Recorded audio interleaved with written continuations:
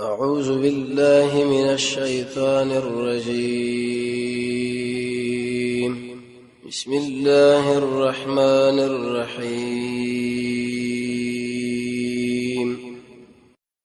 حمد دی صورت کی ذکر کړی شوی دی. حمد ویل شي سلا او لفظ د الله سبحانه او رب سبحانه او العالمین سبحانه او رحمان او رحیم سبحانه.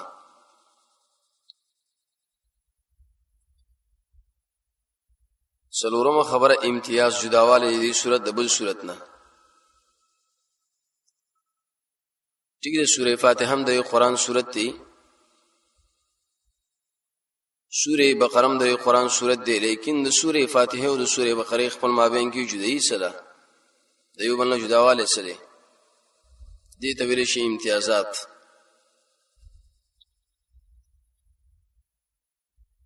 سوره فاتحه کې بیا ولنې مسله خو نشته، ځکه مخکې دې صورت نه بل صورت ذکر نه دی نو چې دې رب ته تړون دی سره بیان شي. ځکه قانون دار چې تړون او رب ته هغه وخت کې راځي دی صورت د بل صورت سره چې مخکې دې صورت نه خو یو صورت موجودي. نزول لحاظ سره اگر کروس نازل لیکن ترتیب لحاظ سره در ټول صورتونو اولنې صورت دی مخکې دی اته شرط موجود نه لري. ټیک ده. به بعض علماء د سوره مدثر او سوره مزمل سره دی یو خاص تعلق بیان کړی دی چې نبی صلی الله علیه وسلم باندې اولنې وحیدار اعلی سوره علق او سوره مدثر او سوره مزمل او به سوره فاتحه. لیکن اهل علم ذکر کوي چې هغه ربط او هغه تړون ډېر تکلف باندې بنا دی.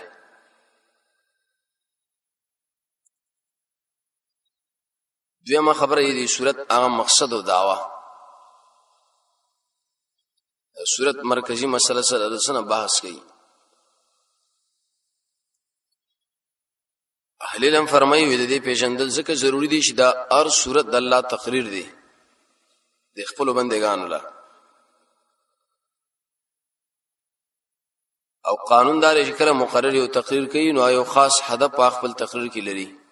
شرنن به موضوع بحث دی به برمنس کې ډېر خبرې نورې موشي. مثالونه به بیان کړی شي، ترغیبات هم بیان کړی شي، ترحیبات یې را بیرته به وایي شرع مقصد دا دی او غرض دا دی. خو فرق بدایي چې الته د انسان پر دعوه او تقریر کې مقصد جدای او د مثالونو او نور شیونه جدای دي چې د الله تعالی اره خبر هغه مقصد نه ډکه ده.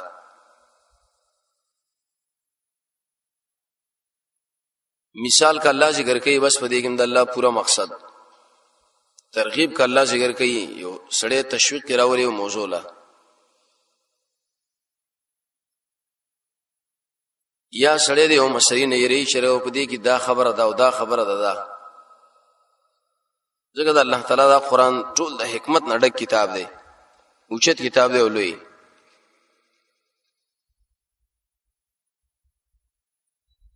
به دعوه پیژندل خو ځکه ضروری دي. اهل علم فرمایي چې یو په دې باندې د قران کریم تدبر ثابتېږي. انسان قران کې سوچ کړي نو ځکه دا دعوه مقصد راوېش اسی اتفاقی لګیا نه دی او بیان نه کوي.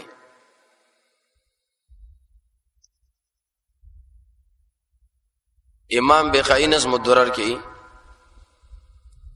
سید قطب فی ظلال القرآن کی او نور ډیر مفسرین درې مسلې ډیر اهتمام بیانوي چې دار صورت دعوه ده او دار صورت مقصد ده او دار صورت ربط ده او دار صورت تړون دي.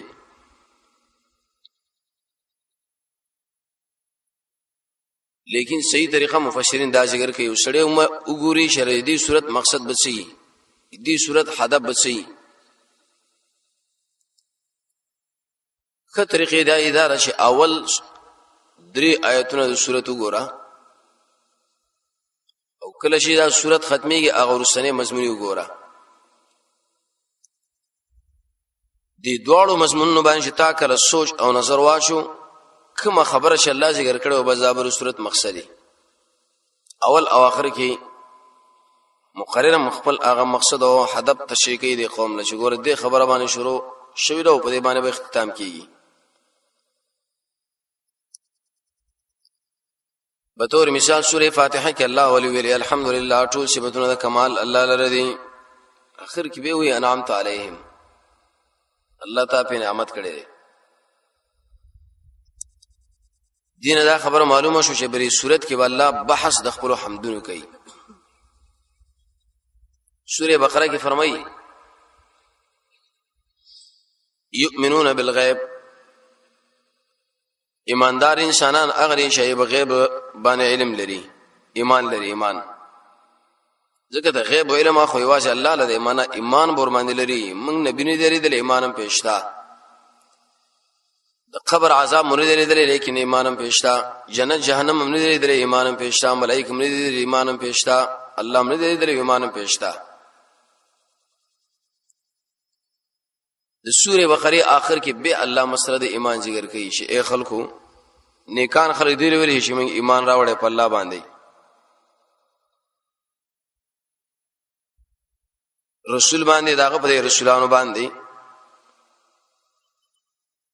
نو مقصد پیژندل یو خو قرآن تدبر ثابتېږي. او شیخ الاسلام ابن قیم صاحب حسن بصری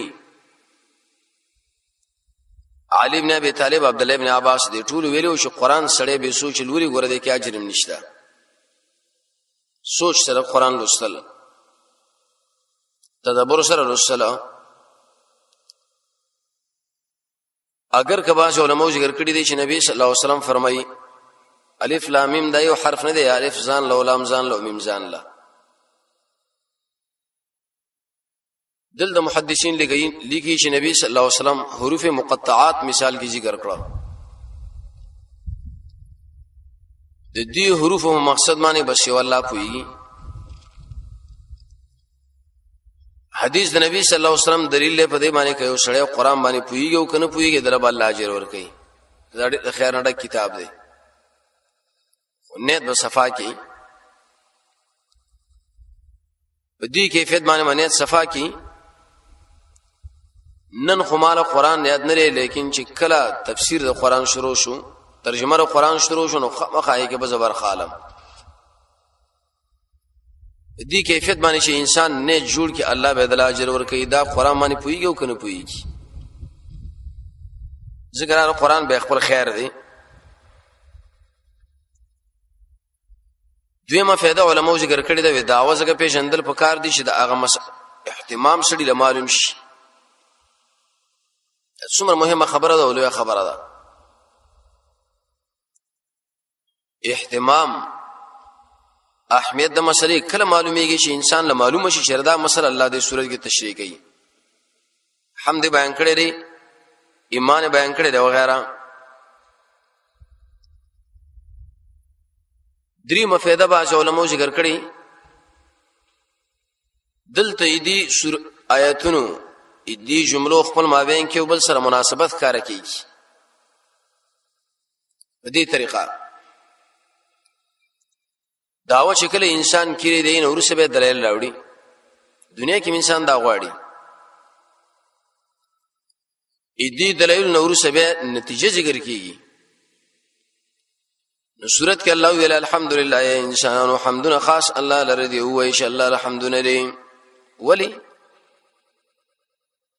ځکه حمدنا الله لري یو دا چې د الله خو رب دی بل لا من چې د عام مهربان دی او به حد مهربان همیشه مهربان دی. د قیامت د ورځې واکو اختیارمند دی. نو د دې دلایل نو ورسره بیان نتیجه ذکر کوي چې ایاک نعبد و ایاک نستعین یا الله ته حقدار د بندګۍ او ستانه د کومک وغوښتل شي. ربط او تعلق برابرېږي پر دعوا باندې. او دا سنوي خبر اندار انسان دا پیدا کولی شي. حدیث کې راځي نبی صلی الله علیه وسلم ابی ابن کعب لوی ویل چې قران کې کوم یو لوی آیات ده. ابی ابن کعب ویل الله مال دماغ کې راواش ولا شي آیت الکرسی. وی نبی صلی الله علیه وسلم دې شنه کې واله مومال ویل شرع علم دې مبارک شه علم خو قرآن علم دی شغال الله شاله ورکی ګور ابی ابن کعب سوچ وکي دین ورسه به خبر او کړه نو انسان په قرآن کې سوچ کوي سوچ لولې به سوچ سره ولی به لوی آیات دي ورسه ان شاء الله مسله به تشریح کړی شي چې دا لوی آیات ذکر تقریبا دیږي 50 کلمات دی او هر کلمه کې 50 برکات 2.5 زره برکات په کې الله را جمع کړي 2.5 زره حدیث کې راځي امام بخاری نقل کړی دی نبی صلی الله علیه وسلم فرمایي چې کوم انسان د شپې چملی آیت الکرسی په ځامانه ویلې سبا پر الله تعالی څوکیدار یو ملک د څوکیداری په صفت باندې مقرر کی مفت څوکیدار قوي څوکیدار بغیر د پیسو نه او بغیر د اجرت نه نبی صلی الله علیه وسلم بار فرض مانځه په شمرو سویل آیت کرسی خاص کر د درې سورتونه قل هو الله فلق او ناس کله به شپې و د کېدونو د لاس کې به کوف کړو به ورسره بر خپل بدن مبارک باندې راخل سارو ماقام به بل درې درې کرت ویلې قل هو الله قل اعوذ برب الفلق قل اعوذ برب الناس عائشہ رضی اللہ عنہا فرمائی وکړه چې نبی صلی الله علیه وسلم نا جوړ شنو مې بداغه پر بدن باندې مال اس راکو سکه ویل دا خو لوی آیات ته لوی آیات قرآن نسب دې سو وې د درې مې سره الته ان شاء الله بیا برکات او د فضایل تفسیری بیانېږي چې دا څنګه شلوي آیات د ټول قرآن کې عمر رضی الله عنه سره مجلس کې عبد الله ابن عباس نه سوړي یو کشر بچو عبدالرحمن ابن عوف هم ویلي نور صحابه هم ویلي یا امیر المؤمنین یا خدا ماشوم د مجلس نه بار کوي د شورا نه د اجلاس نه یا موږ خپل ماشومان راولو د به امتیاز سره عمر سبیول وید کې او کمال د غدا ش قرآن باندې ډیر پویږي د عمر رضی الله عنه شورا کې واخل او ش قرآن باندې پویدل وی دې قرآن باندې پویږي کینه وی ویل وراسي راشي شو امتحان والو امتحان باره کې به دوه قول دي څو کوئی د سوره بقره او آیات هغه امتحان ای کې امتحان شروع شو دویم قول علماء ذکر کړي سوره نصر سوره اذا جاء د دې باره کې پوښتنه وکړه عام صحابه ولې شي دې صورت مقصد باندې زه پوهیږم نو عمر سے ویلي اریو ظاهری معنا وکړه چې کله بس د الله نصرت را شو فتح خلق دین کې داخلي بلم د شمانه وکړه بلم وکړه ابن عباس وړو کې ماشوم واغله توجه وکړه بچی ته دې صورت باره کې سوئی اغه ویلي فی اشاره الی وفات النبي صلی الله علیه وسلم دی صورت کې الله اشاره وکړه دی خبر الله چې محمد صلی الله علیه وسلم نو رخصتي دنیا نه اب نورجی ورته ویل کڅن چې دا معنا ته مراد کړي د دقه معنا عمر سے وې زما مراد وا ګور دا فهم الله عمر لمر کې ابن عباس سے لمر کې دعوه چې دا د انسان په فهم باندې معلومیږي سوچ وکړي دی نه ورسره به موضوع دعوه معلومي البته ان شاء الله به راشي چې د نبی صلی الله علیه وسلم د وفات اشاره او د وفات مسله به الله ولې تشریح کړه اول نبی ته اطلاع ورکړې شو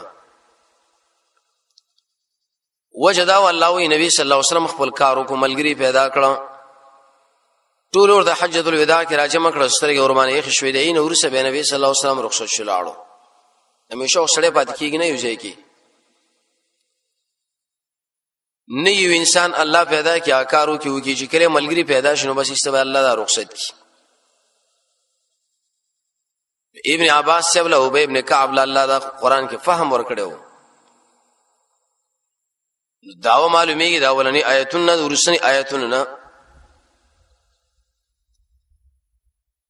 دویمه خبره صورت خلاصه را درېما دي کنو به باج علماء بابونه تقسیمي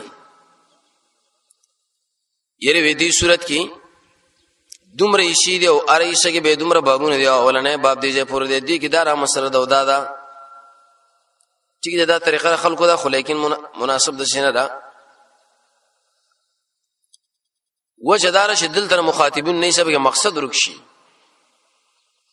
ير دې صورت کې دومره شي دی ارایسه کې به دومره بابونه دی او ار باب کې به دا خبرې دي څه خبره وګد شي سړی دا قرآن خو دې کتاب دی چې مقصد باندې به خلک پوي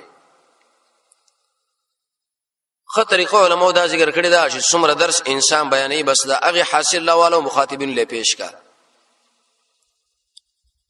دې سلور آیتونو کې الله دې مضمون باندې خبره کوي هغه خبره د انسان په دماغ کې بیزیونی شي برقرار پاتې شي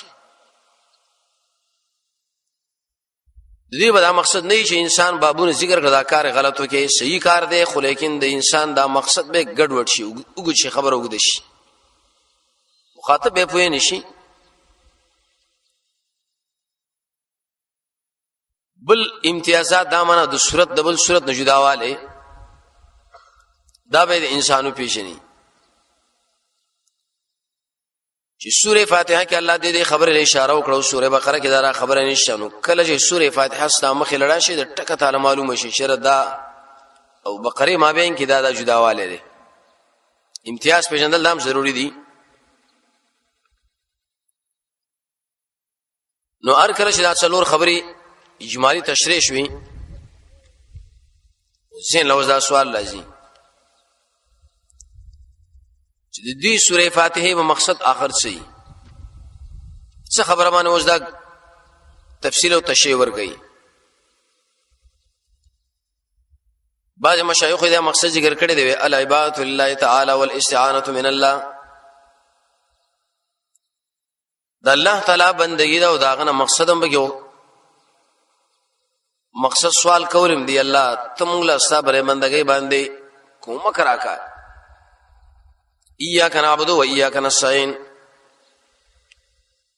ابن کثیر بزکه ویلی دا دواړه د شي کلمې دي او د شي جملې دي چې د اسلام د ټولو دینونو رجوع د دوه کلمو لکې انسان د الله بندگی کوي د الله په تعاون کوم انسان چې بندگی د الله نه کوي نو دام د کمال والا نه دی او کله چې وسړی د الله بندگی کوي د الله نه کومه کوم غواړي څنګه مو خو ډیر محتاج یو کنه لا حول ولا قوه الا بالله لکه دې کې زموږ سره جمع کېدل به د قران لوینا او د قران لغوه کې خود الله په ټول د الله په فضل او کرم باندې کیږي ګوره چې الله مو ډیر محتاج یو زمون پر دماغ کې زمون پر سرو کې زمون پر جمع کې زمون پر بدن کې د استعداد چې پیدا کړي نو یا الله تبه پیدا کړي ته شي نه نو اسمه نشو کولای دا وې دې صورت مقصد دی لیکن صحیح مقصد بعض مفسرین دا ذکر کړی لري اثبات المحامد لله تعالی ومراقبه الانسان دو خبرې یو دا چې په جهان کې څومره صفاتونه د کمال دي دا ټول الله له ثابت دي بل انسان بده شي بندګي د الله کوي چې ګویا کې ته الله ویني به توجه بندګي باندې کوي کته الله نه ویني الله خو ته ویني کړه حدیث کې مرাজি امام طبرانی حدیث نقل کړی دی نبی صلی الله علیه وسلم فرمایي چې افضل الايمان ان تعلم ان الله معك حيثما كنت او كما قال بده ټول ایمانونو کې بهترین ایمان دا چې ته شاهد ولري چې کمزې کې زوم د الله ما ویني ما باندې علم دی الله ما سره حساب کوي ریدي می چردا به دې کې اول بالله داوا کې دي الحمدلله دین ورسو به دلایل ذکر کی ولی حمدنا الله دې ځکه الله دې ټول مخلوق تربیت کړي لري اسمانونه پیدا کړي دي زمکه پیدا کړي هواګانې پیدا کړي دي انسانانه پیدا کړو پیریانه پیدا کړو دوی د اصلاح لپاره قانون راولېګو آسماني وحي قران او سنت دې راولېګل الرحمن عام مهربان دی او الرحیم به حد دائم او همیشه مهربان دی. انعامات ورکړي دوه قسمه، یو دا معنا دائمي پوزره سترګې غوګونه د قیامت د ورځې واقعال دي، نو څنګه دی الله الحمد لله دي صفاتونه بل چا کېشتا هیڅ چا کې نشته لري شواد الله نه. به د درې ډلو تذکرہ کوي چې انعمت علیهم او غیر المغضوب علیهم ولا الضالین. دی ولي ویلي انعمت علیهم کې اشاره وکړه دي چې انسانانو په دې کوم لار باندې روان دي، نو دې یو رهنما پکار دی. رهنما څوک دی؟ محمد صلی الله علیه وسلم کوم لار چې اخو درې ده. دې مثال خارج شیدار دی، یو بادشاہ دی او هغه په یو ځای کې ډېر قیمتي طعامونه تیار کړی دي، محلونه چمنونه وغیرہ. به یو قاصد را لګلې دي انسانانو لا، نو کم سړی چې دې قاصد په روان شنو هغه مزول به ورسیږي، لیکن کې دې قاصد خبره ونه منله خلاړو برباد شنو. الله ای دنیا کې موږ لړې قیمتي شیونه تیار کړی دي. د دې دنیا د ادرس لپاره او د دې معلوماتو لپاره الله محمد صلی الله علیه وسلم را لګلې دي. کله چې انسان د محمد صلی الله علیه وسلم په روان شي بلې ټول ژوند کې دې سړي ځان لبس غټه وکړه، مقصد پیدا کی او کده شي ویلې شنه د عمل محمد صلی الله علیه وسلم نه دی کړي، الله نه دی ویلې، صحابه نه دی ویلې، پلاني پیر شه بیره دی او پلاني شیخ شه بیره دی او مولوی شه بیره دی، نه دا سړی برباد شو. ابن کثیر د سورہ احقاف د آیات په تشریح کې لیکي وی کم یو عمل کم یو وینا چې محمد صلی الله علیه وسلم ملګرو نه کړي ګوراغه دین نه دی. نبی صلی الله علیه وسلم نه تشریح کړي هغه به دین نه دی. ځکه دین د اسلام خو محمد صلی الله علیه وسلم پوره تشریح کړي دی او د خیر ټول کارونه صحابه کرامو کړي دي. صحابي یو عمل نه کوي موږ دی یو خیر دی خارج کړي دي. مثال لري عمر سے فرمای ویزه کچرته امام نه وي او مشر نه وي نو ما د اذان نه بل عبادت نه کولو. اذان دومره قیمتي عبادت دی. حدیث کې راځي په دنیا کې به انسان دنګ غړي ګرځي چونکی امام مشر زکه اذان نه کوم. نو ارکل چې د اذان دومره قوي عبادت ته آیا موږ تاسو جنازه منزله کوو نه کوو، د اختر منزله کوو نه کوو. دلیل کې دا خبر ذکر کوو چې جنازه له اذان نشته، د اختر منزله نشته. ولې نشته؟ ځکه محمد صلی الله علیه وسلم او صحابه نه کړي. موږ هم دا وایو چې کوم یو عمل محمد صلی الله علیه وسلم نه ویل او صحابه نه کړي هغه کې شرط هم خیر نشه، هغه ګوره دین نه هغه به دیني لبه ایله ویل شي بدعت. نور رهنما پکار دی، رهنما نه دی مگر انبیا دی او محمد صلی الله علیه وسلم دی او صحابه. به چې انسان په دلاره باندې ریږي روان دی، کله غلب دلاره کې پیدا شي حسن سړی نجیب وي کټیږي په بل طرف باندې بوشي. نو وی ویل شي غیر المغضوب علیهم ولا الضالین. الله دې یو نو سوارونه ګورزان ساتي. لار د محمد صلی الله علیه وسلم باندې روانه، لار د قران او سنت باندې روانه، دام ګډوډ نکی دا ودلاره غلدي. کله به د نبی دین په مقابل کې ته یو عمل ښکارېږي چې ګوره دا عمل ډیر خدي، نسوارا بوې شه دا عمل ډیر خدي، فلان بوې دا عمل خدي. الله داخله کو پیژنې. لنډ اجمالی د صورت حاصل لري. الحمدلله دعوه ده رب العالمین الرحمن الرحیم مالک یوم الدین د دلایل. سلورم نمبر آیت کې وایي چې ایاک نعبد و ایاک نستعین د نتیجه بس بندگی الله پر خاص ده. بنظم کې ویلې اهدنا الصراط المستقیم دعا. شپږم اوم کې به درې ډلې ذکر کوي اجمالی او اواسو چې الله په نعمت کړي لري شغه انبیا دي. دویم هغه ډله چې الله په غضب کړی دی يهودو، دریم هغه ډله چې هغه گمراهان دي هغه نسوارا. د اجمالی مسله وا د سورۃ پاول کې ویلي دي بسم الله الرحمن الرحیم. اهل علم فرمایي چې ټول انبیاء الله را کلم بسم الله ور کړی و. سورې نمل کې براشي سليمان عليه السلام لیکلی و بسم الله الرحمن الرحیم. او مخکې درس کې ویل شو چې پورا به انسان دالی کی دشي منلي کې به اسمه تعالی کله وی به اسمک اللهم کله ول سورې او کله وسو شپغاتیا به اسمک اللهم راخو مکه مشرکان وبریکل صلح الحدیبیه کې سورې فتح کې برش نبی صلی الله علیه وسلم علی شیب ویل شي بسم الله ولیکل بسم الله الرحمن الرحیم. سہیل ابن عمرو ویل شي من رحمان دا رحمان لا به څوک دی کټ کې دې دلری کوي بلکې د شولې کوي به اسمک اللهم ای به اسمه تعالی ایس الله ورمان درته کو. سورہ مریم کې تقریبا 15 کرت الله رحمان رحمان راوړو دی مشرکین باندې گزارو کو. نو ارکل چې د الله د یو صفات نه راخله منکر او الله دومره غوسه شونه سم خیال له اخله چې اصلي رجینټي د الله ر صفات مقابله کوي اصلي رجینټي.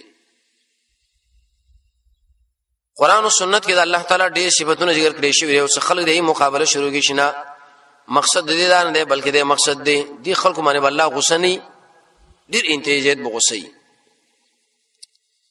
من بد الله صفات منو د الله نمونه منو کوم چې قران او سنت کې ذکر کړي شوی او دا غیر شان مناسب تعویل تحریف تشبیه دا شی نو انسان نه کوي. وسو شپګاتیا باز خلکو چې دا په ابجر کې بسم الله الرحمن الرحیم حاصل لې دا خبرم غلطه ده بلکې اهل علم ذکر کوي چې وسو شپګاتیا د شیګانو طریقه یا علی مدد سری خیال دی تشي علی आवाज ور کوي چې یا علی مدد آیتا کې به ایمان پاتې شي سره د ایمان نخلاصيږي. ډیر مسلمانان د خط پاول کې ورګي وسو شپګاتیا وي سکر کته اعلان دي کی دعا او سلام یا اغلیکل به شروع کی د دې وسو شپګاتیا دا مقصد چې زد الله نه سوا علی لرا مدد شو انداز ما خدای دې پم دی یو ټکی باندې سره د ایمان نخلاصيږي او څومره خلک په نقصان کې واقع دي. د دې وجنه علم د قران فهم د قران درس قران کې نسل پکار دي چې نه چې ټول عمر جمعات کې پاتې شي مدرسه کې پاتې شي د مسلمانانو پر کور کې پاتې شي او اخر کې د نتیجه وروزي چې کړه د خط پاول کې لیکن ویلي کې یا علی مدد دغه به شي شیګانو څومره خواري کړي ده نه مکمل بسم الله الرحمن الرحیم دا به انسان به لیکي کته یې ردا زوري کې ما شړې دي بیزتیونه کې بس اپ وي او به خپل کاری پوي او الله پوي ته ځان سره سوچمر راوړه ته بده مکلف یې بسم الله بلی کې نو بس بسم الله باول نه خره پوره لیکي نبی صلی الله علیه وسلم به پوره لیکلا کله به قرآن آیتونه به کې ولګل تعالی الی کلمتین ایدی بسم الله الرحمن الرحیم به ډېر فضایل هم دي بعضی اجمالی ځان سره یاد سره ترغیبا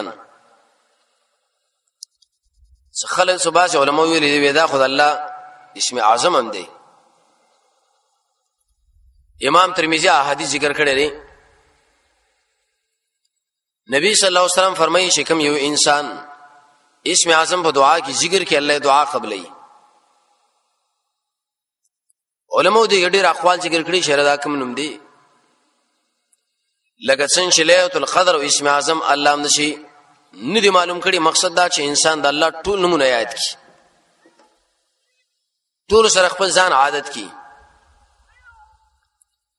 د دیو جن د شپم په رمضان کې متعین نشو بیا به ارسړې په ما غشپه بندگی کې یو بس نه مجمل ذکر کړه. د مجمل ذکر کولو مقصد هم دا دی چې انسان د لش پوګي یا د دې شپوګي د شل شپوګي ټول شپه الله له ولاړي ار شپاره څومره چې به ولاړي بزای قسمت ته به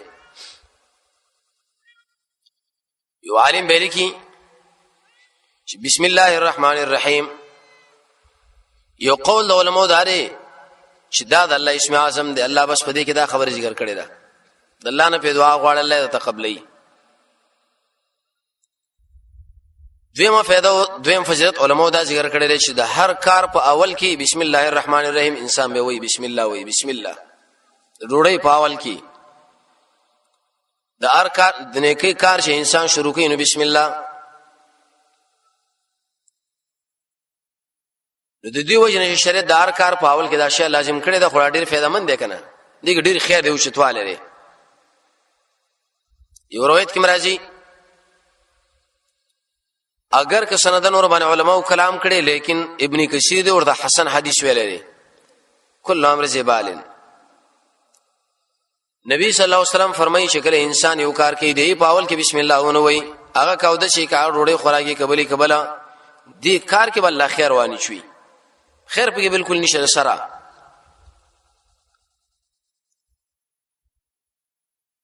بیا علماء یو فائدې دم ذکر کړی د بسم الله الرحمن الرحیم چې دا اصل کې جمله دعائیه ده لیکن په شکل د خبرې باندې گویا کې د څه معنا ده چې قولوا بسم الله الرحمن الرحیم.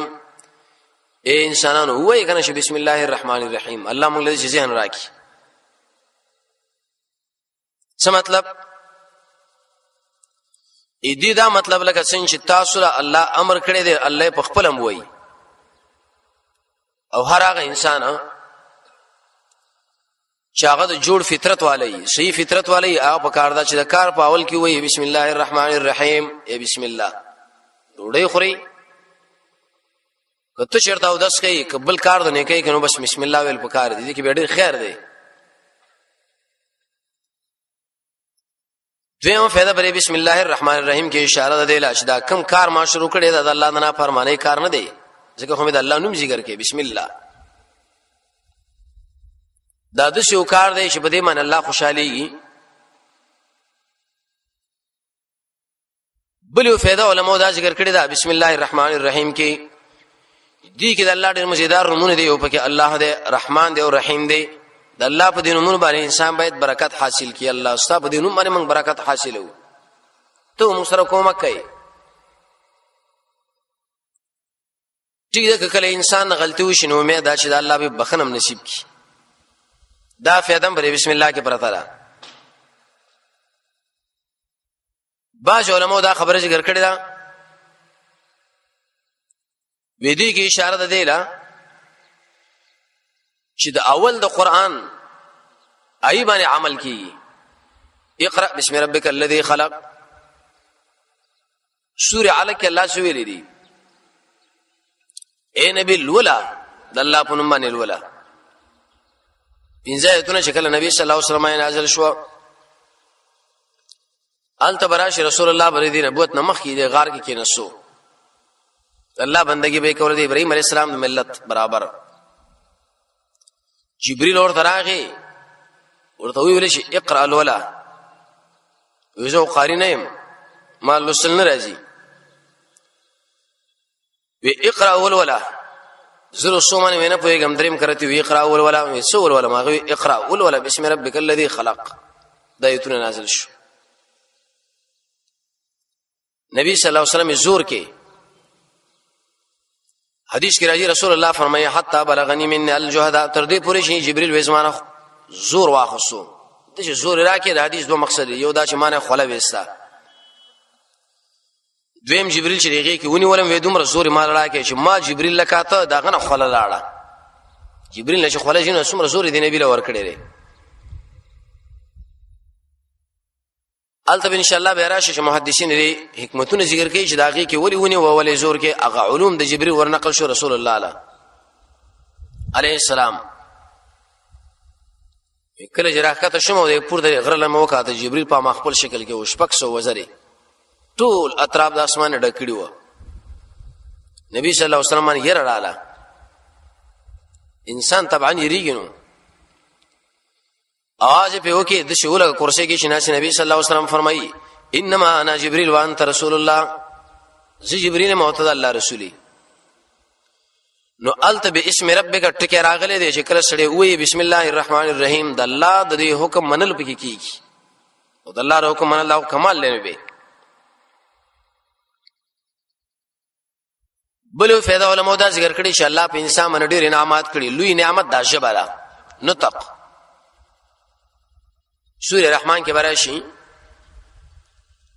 الرحمن معنا الله مهربان دی، هغه ذات دی چې هغه انسان له تعلیم ورکړي او به د انسان پیدا کړي دی. نو ارکل چې رب العالمین موږ تاسو ته توفیق د نطق راکړي دې ژبه شلولو وړو کې اندام دی اړې راړې د الله کیسه مزیدار اواز تروشي. سم خیل د دې نعمت شکریا په کار دا کنه په کارا شي په کار دا. اوس اول کې بسم الله وای چې ایسه په دې وخت کې د دې نعمت شکریا ادا کړئ شي. بل وجبات علماء ذکر کړی چې په دې کې تصدیق د محمد صلی الله علیه وسلم دی. تورات کې راغلي دي پنځم کتاب او اتلسم باب کې چې د آخر زماني نبی برازي محمد صلی الله علیه وسلم هغه چې کله د خلکو له تعلیم ورکړي نو اول کې بسم الله وایي. نبی صلی الله علیه وسلم د هر کار په اول کې ویلي بسم الله الرحمن الرحیم. زمونږ د نبی تایید پکې راغی. بل یو ناشنا فائدہ په علماء دا ذکر کړي بسم الله الرحمن الرحیم کې د الله کې سنمونه دي الرحمن او الرحیم. د الله د رحمانیت مظهر دی دا.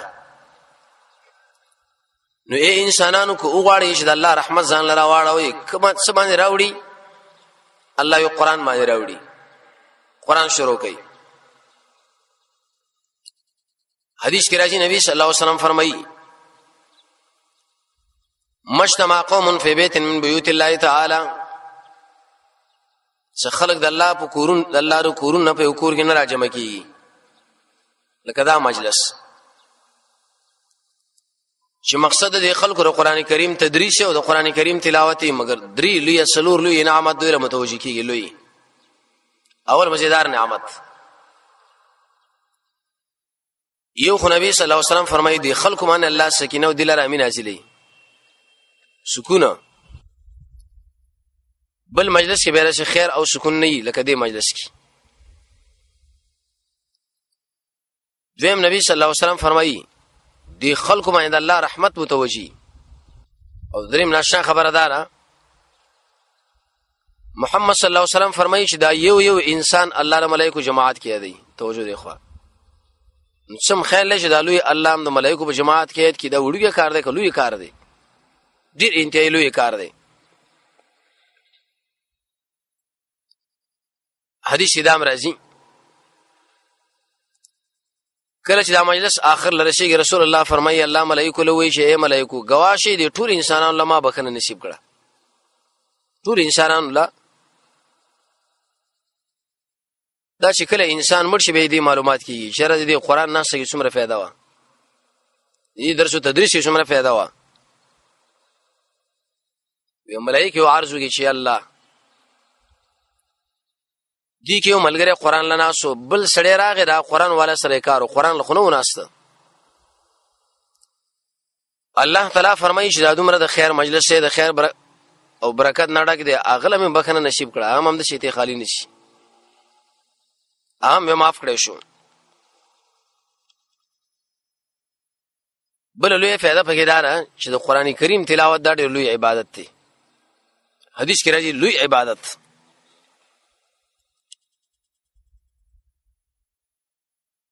لوی عبادت خو ذکر چې د الله رحمت انسان له متوجي کیږي. څومره دعاګانې چې نور انسانان غواړي د خیر کارونه کوي آیه ټول کې د قران والا رسول الله فرمایي برخره چې کله انسان ور باندې پوي شي.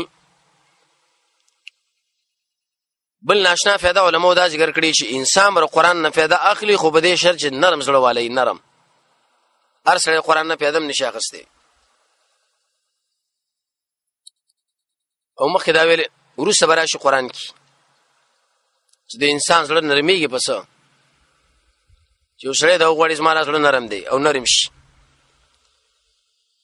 یو خدا چې سره بد الله ذکر کوي سبحان الله الحمدلله لا اله الا الله الله اکبر.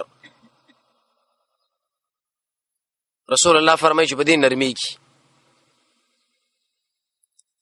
دوی علماء دا ذکر کړي چې انسان بد الله نه دعا غواړي چې الله ته زمونږ د ازونه را نرم کا. دغه دعا کې ډېر غټ زور دی. دریم اهل علم فرمایي چې انسان به قران کریم او د تلاوت کوي. څلورم رسول الله فرمایي د یتیم بر سر باندې لاس راخل زړه د کلک دی،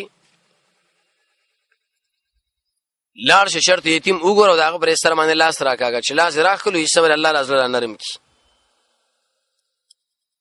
نبی صلی الله علیه وسلم فرمایي مسکین باندې خرچه کوا، خاص کر د مسلمانانو جنازه کې برخه اخلا. حدیث کې راځي رسول الله فرمایي انسان کله مؤمن جنازه کې برخه واخستانو یو قرات اجر دی، او کله چې به دفن کې دوه قرات دومره دی لکه د احد غر چې انسان دا د سترو زرو صدقه کی. شیخ الاسلام ابن تیمیه رحمه الله بارک راضی هغه به څوک پیژندو کني پیژنو بس هغه پر جنازه کې به برخه اخسته، چونکی فرض کفایه ده. که ټول انسانان لاړ نشي یو کس یا دوه کس لاړ شي هم بس دې ټول به ځمانه کافي کیږي. هغه انسان چې هغه د ځنکدن په حالات کې داغه خواله ورتلل، او خاص کر هغه انسان چې هغه قبرستان سره زیات تعلق لري بنیاد د عبرت باندې نبی صلی الله علیه وسلم بافته کې یو کرتلو دغه دې ډېری فائدې دي. یو فائدہ علماء دا ذکر کړی چې انسان په دنیا نه بے رغبت شي. دویم دا چې انسان له آخرت راځي شي، او دریم د نور مسلمانانو له دعاګانې وغواړي. ورسره براشي چې قبرستان له انسان زی په کوم کیفیت باندې دعا وغواړي، د قبر د سر له بودريږي او مخ به قبله په طرف الله سوچتوالم بکشتا. رسول الله بلاسم کله کله وچتو. بسم الله الرحمن الرحیم کې دا فائدم ده. به د انسان د ګناه کیږي ولی او څنګه کیږي، او کله چې ګناه باندې اخته شنو سره به سمانه بچ کیږي.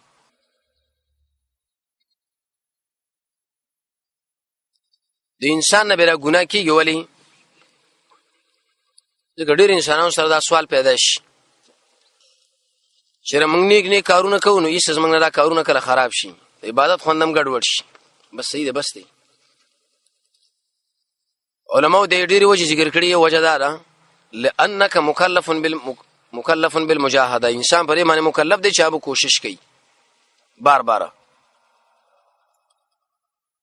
دوی موجه علماء دا ذکر کړی دا چې انسان کله ګناه سره ځان عادت کی نو ایس تر عبادت دا خوند الله ورور کی ګناه تی به وشي. الحمدلله حمدا كثيرا طيبا مباركا فيه والصلاه والسلام على سيدنا دا د هدایت مسیر حق د معرفت مسیر، دا د هدایت مسیر حق د معرفت مسیر، دا زموږ ولست ستر انعام د ژوند لار.